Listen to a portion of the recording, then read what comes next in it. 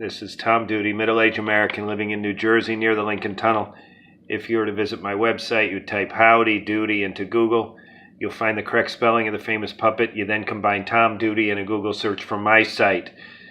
This video is to demonstrate one amateur hacker way to treat bed sheets for a sick person with an infectious disease. And this is recorded inspired by COVID-19 and the coronavirus.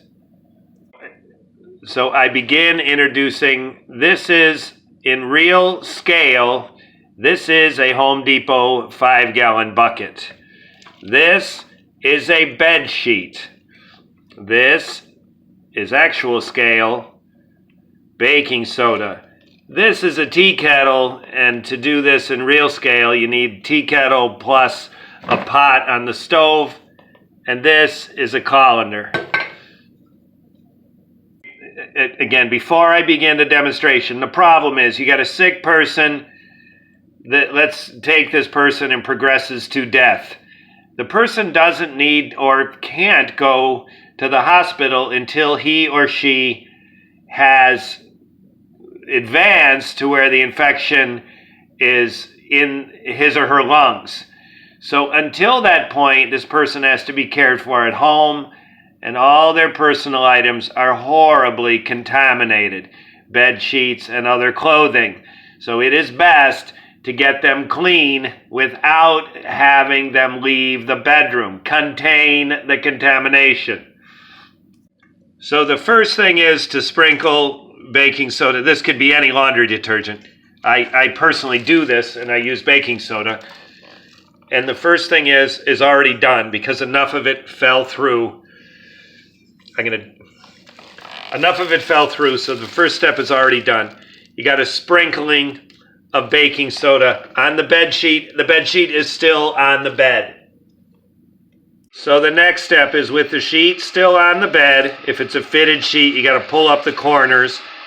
And if it's a top sheet, you just roll it up with the detergent or baking soda sprinkled on the sheet, and the sheet gets rolled.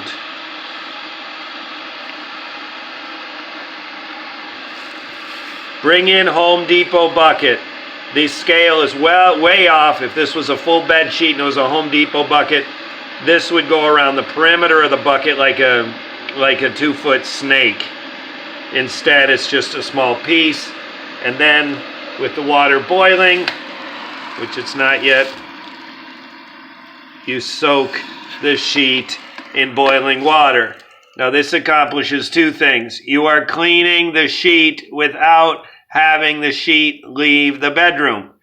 The second thing is the combination of the dispersed detergent or baking soda and the boiling hot water is effective enough to get the active microload down low enough so that even with slow drying on a hot, humid summer day, I know this from experience, even if it takes a couple days to dry, it's not going to create the bad smell that slow drying clothes, especially bed sheets, often generate.